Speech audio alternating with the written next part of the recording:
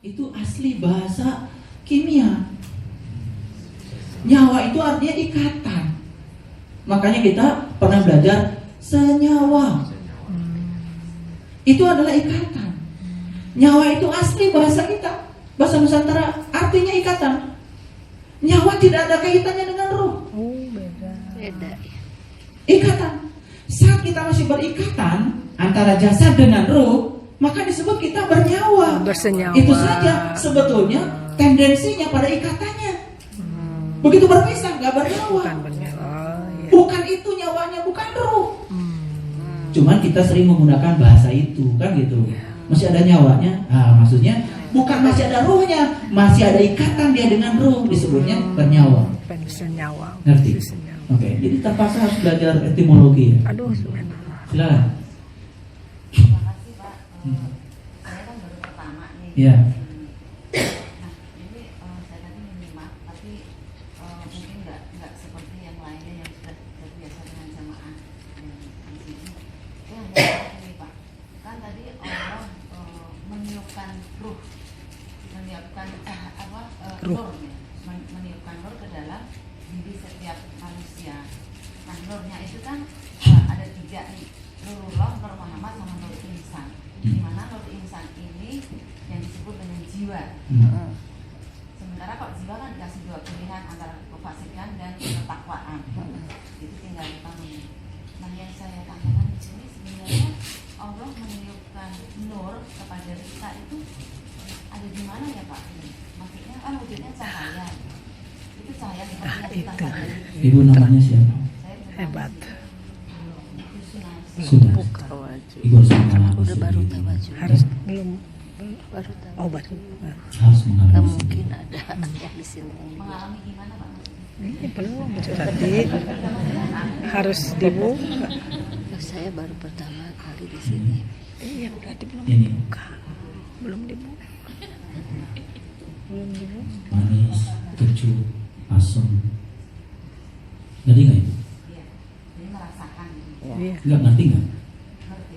Kok bisa ngerti? Oh, belum Gitu. Jadi jangan terjebak. Kalau saya bilang ini manis, kecut, asam, itu baru informasi. Dah. Kalau ibu merasakan, baru ibu oh Baru pertama iya. kali di sini. Nggak bisa. Ya. Oke? Jadi harus merasakan sendiri. Makanya agama itu jangan banyak ngomong, praktek. Nanti kalau suatu saat belajar dengan saya, kita banyak praktek. Begitu sudah praktek, tidak kata-kata lagi. Manis, kecut, asam itu juga kata-kata yang terbatas. Aslinya tidak seperti itu. Aslinya seperti yang ibu rasakan. Oke? Sampai situ dulu ya. Oke, baik.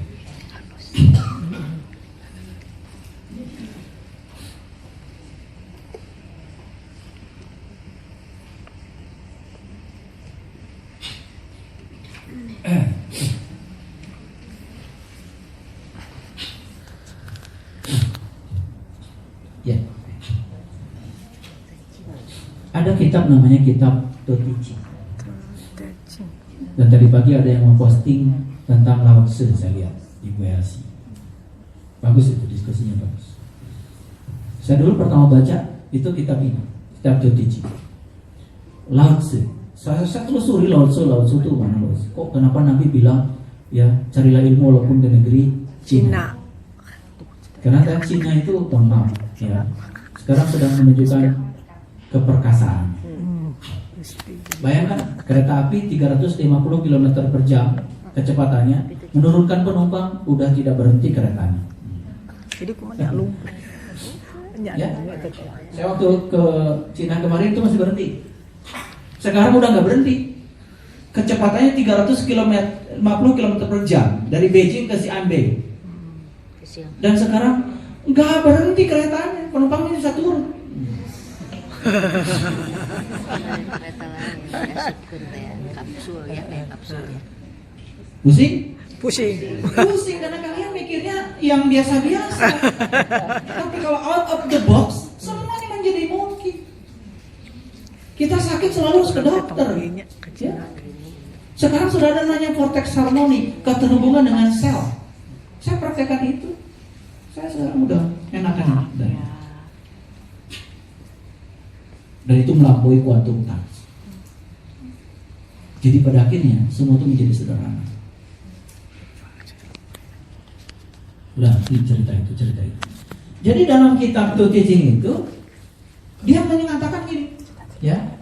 Adapun proses kemanunggalannya dengan manusia turunnya ke alam jasmani untuk mendiami setiap manusia, perumpamannya seperti ini. Ini persis Quran surat Al-Hijr yang tadi ayat 29. Jadi saat pertama, saat kedua, saat ketiga. Ini yang dalam terminologi Islam disebutnya Nurullah. Ini Nur Muhammad, ini Nur Insan. Makanya syahadat itu asyhadu an la ilaha illallah wa asyhadu anna Muhammadar Rasulullah. Dan kita selamanya ini menganggap Muhammad di situ selalu saja Muhammad putranya Abdullah. Gimana menyaksikannya? Muhammad dan kecap. Fotonya aja nggak ada. Tapi karena kita nggak pernah mikir, mau aja. Makanya baca syahadat 1000 kali sehari nggak ada dampak, tetap bohong. Pakai peci udah tinggi-tinggi tetap korupsi. Karena tidak ada ikatan. Tidak bersenyawa. Tidak bersenyawa. Nanti suatu saat saya cerita tentang nyawa itu lebih dalam lagi. Sekarang kita lihat dulu sini. Nah, makanya ya inilah proses yang terjadi. Kalau ini adalah jasmani ini sering disebut alam mikrokosmos. Dan alam besar disebut alam makrokosmos. Makanya jasmani sering disebut dengan buana alit. Alam besar disebut buana agung. Jasmani kita itu merupakan miniatur dari alam semesta yang besar. Di sana ada aurum, di sana ada aurum, di sana ada nitrogen, di sana ada nitrogen. Apa yang ada di semesta ada di sini semua. Makanya ketika kamu bisa membuka rahasia tentang tubuhmu, kamu bisa membuka rahasia tentang semesta. Makanya di buku Rahasiaku Rahasiamu yang ditulis oleh Dr. Wayan Mustika kan ada kesadaran materi, ada kesadaran energi, lalu kesadaran spiritual. Oke, baca itu ya, baca. Saya nggak dapat royalti. Itu terdiri dari zat-zat yang asalnya dari bumi. Makanya ini kan terbuat dari bumi. Nah itu yang disebut dengan inna lillahi wa inna ilaihi raji'un. Dua versi. Tubuh berasal dari bumi, kembali ke bumi. Tetapi ruhku berasal dari Tuhan, kembali kepada Tuhan. Sekarang pertanyaannya, ketika besok lusa kita mati, jelas kalau tubuh akan kembali ke bumi, walaupun belum tentu diterima oleh bumi. Yang dikira loh semua yang dikubur diterima oleh bumi? Enggak. Saya sudah melakukan riset. Dan ternyata ada yang dikubur bertahun-tahun, enggak busuk-busuk. Artinya bumi aja enggak menerima. Nah, kenapa enggak busuk? Nanti kita jelaskan saintifiknya. Bukannya bagus Jadi, ya? Ya, tanah, batu, hawa, angin, api, besi, semua ada di sini. Semua ada di sini. Diterima bumi. Semua ada di sini. Luar biasa sebetulnya. Nah, bagaimana ini yang disebut dengan ruhku itu masuk ke sini? Gimana prosesnya dulu? Itu prosesnya seperti ini. Waktu di bayi, di kandungan ibu, di kandungan ibu, yang dimasukkan itu cuma dua, Nurullah yang memberi daya kehidupan dan Nur Insan. Makanya saat ditanya, apakah aku ini Tuhanmu? Kan di Quran, qalu bala syahidna. Ya, aku menyaksikan. Ngerti maksud saya? Oke? Nur Muhammad di mana? Nur Muhammad di luar. belum diberikan. Belum diberikan. Pemahaman. Nah, Nur Muhammad ini masuk tepat pada saat kepala kita di sini, di rahim ibu. Waktu ketuban kita pecah.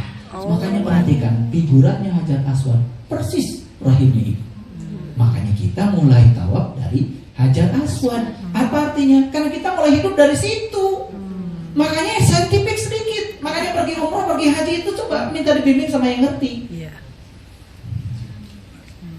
Orang Indonesia kalau di sana yang ditanya itu apa? Oh, umroh Bapak ya. Dari mana asal? Semua pertanyaan ke saya begitu. Abdi Muti Bandung. Travel apa? Pasti ditanya begitu. Pesawatnya apa? Nginepnya di hotel mana? Makanya sehari berapa kali? Gak pernah yang nanya umrohnya gimana? Kenapa muternya dari Hajar Aswad dulu? Kenapa 7 putaran? Kenapa laki-laki pakai ihram? Kenapa perempuan tidak? Kenapa laki-laki harus lari di sa'i, perempuan enggak? Enggak ada yang menjelaskan itu kecuali saya. Benar, Pak. Saya. Amin ya Allah, benar banget. Udah ada buku. Alhamdulillah. Baca buku saya bertamu di rumah. Harus iklan sekali-kali. Ratusan jiwa mungkin tidak akan bisa memenuhi ayat Inna lillahi wa inna ilaihi raji'un. Karena banyak penyimpangan yang dilakukan oleh jiwa. Kok jiwa menyimpang? Apa salahnya? Tidak salah. Cuma jiwa sedang belajar untuk menanggung risiko dari penyimpangannya. Suatu saat juga semua jiwa itu akan kembali menjadi ruh lagi. Semua yang di neraka juga akan masuk surga. Kan Allah tidak mungkin mengizinkan mereka. Sama seperti ada pertanyaan, siapa yang menciptakan babi? Siapa? Allah. Allah. Benar, babi ciptaan Allah. Siapa yang mengharamkan babi? Kurang manusia. Manusia dong. Dikasih pertanyaan gitu aja udah bingung. Udah ngaji katanya majelis taklimnya udah seminggu 7. Siapa yang menciptakan babi? Allah. Siapa yang mengharamkan babi? Allah. Allah nggak ada kerjaan ya, habis ciptakan lalu diharamkan. Padahal kata dia tidak ada ciptakan yang sia-sia. Yang sederhana gitu kadang-kadang nggak bisa mikir. Nah, anak-anak kita yang kayak gini nih di sekolah mau diajarin apa? Ya, makanya saya kalau habis pelajaran agama anak saya itu pulang ke rumah saya tanya, nah tadi belajar agama apa? Tentang itu ya, cerita Ashabul Kahfi masuk ke dalam gua. Gimana katanya ceritanya? Itu dulu tuh ada Ashabul Kahfi masuk ke dalam gua jadi orang beriman. Emang bisa keluar dari gua jadi orang beriman? Ya gitu katanya ceritanya. Gini nak, nanti kalau guru mau tanya di ujian, kamu jawab sesuai dengan guru. Tapi itu gak benar. Suruh masuk ke dalam kamar, ayo kita masuk ke dalam gua bareng-bareng sama ayah. Baru nangis, oh ini gua. Iya gua tuh lu. Kayak orang Jakarta bilang saya kan gua. Udah maju. Orang Arab bilang saya anak, orang Jakarta bilang saya gue. Keren banget ya. Gue itu satu nama surat Al-Kahfi. Gue loh. Ya kalau tanya siapa gua? Lu. Bukankah Tuhan bersamamu lebih dekat daripada urat leher? Kok nggak ngerti-ngerti? Leluhur kita di Jakarta ini ahli ma'rifat. Coba cerita sejarah Jakarta. Coba ungkap rahasia sejarah Jakarta, luar biasa. Leluhur kita di Jakarta sudah kenal pada Tuhan. Maka manggil saya aja gua. Lebih maju dari orang Arab panggilnya anak. Iya. Orang Sunda hebat lagi, panggil saya abadi. Jisim abadi, jisim kuring. Udah lebih dalam lagi. Jangan menyepelekan bahasa leluhur kita. Kalau saya suatu saat cerita tentang etimologi bahasa, itu sudah sangat luar biasa.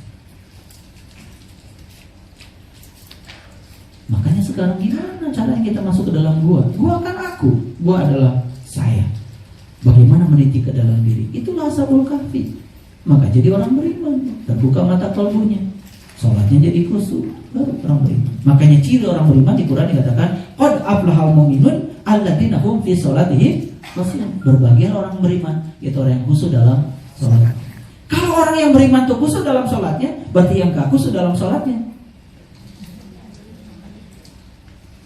Ayo teruskan kalimat. Gitu aja ngaji. Cuman kita tuh kadang-kadang nggak jujur. Ya, kalau udah pakai ubal-ubal, udah pakai itu, masa nggak beriman? Emang iman tuh bisa di ubal-ubal pakai ubal-ubal. Kadang-kadang ukuran agama tuh jadi pakaian. Aneh. Ya, kita pergi ke Arab, ya ke Arab-Araban. Tunjukkan identitas kita. Nah, saya selama di Arab pokoknya pakai batik. Identitas kita. Itu malah sampai sana pakai baju Arab. Identitas kita. Kata Bung Karno, kamu boleh beragama Islam, tapi tidak mesti jadi orang Arab. Kamu boleh beragama Kristen, tapi tidak mesti jadi orang Yahudi. Kamu boleh beragama Hindu dan Buddha, tapi tidak mesti jadi orang India.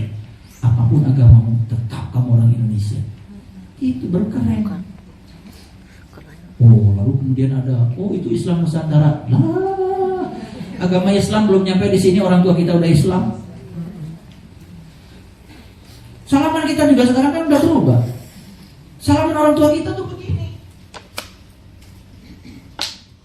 Dan ternyata di ITB ditemukan, ya, dari kiri ke kanan listrik manusia itu negatif. Dari sini ke sini listrik manusia positif. Saat manusia begini, dia itu sudah mempertemukan negatif dengan positif. Nyala batinnya, terbuka batinnya.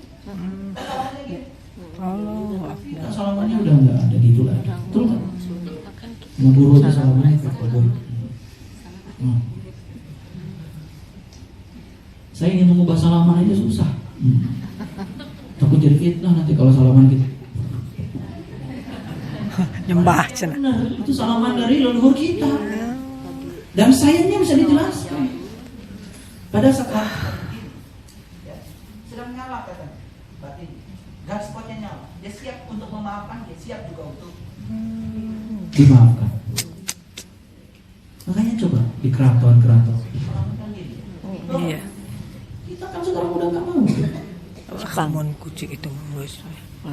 Supaya disebut ahli surga. Ngomongnya kemarin saya kamu, sekarang jadi anak antum. Udah sampai di sini dulu ya. Assalamualaikum warahmatullahi wabarakatuh.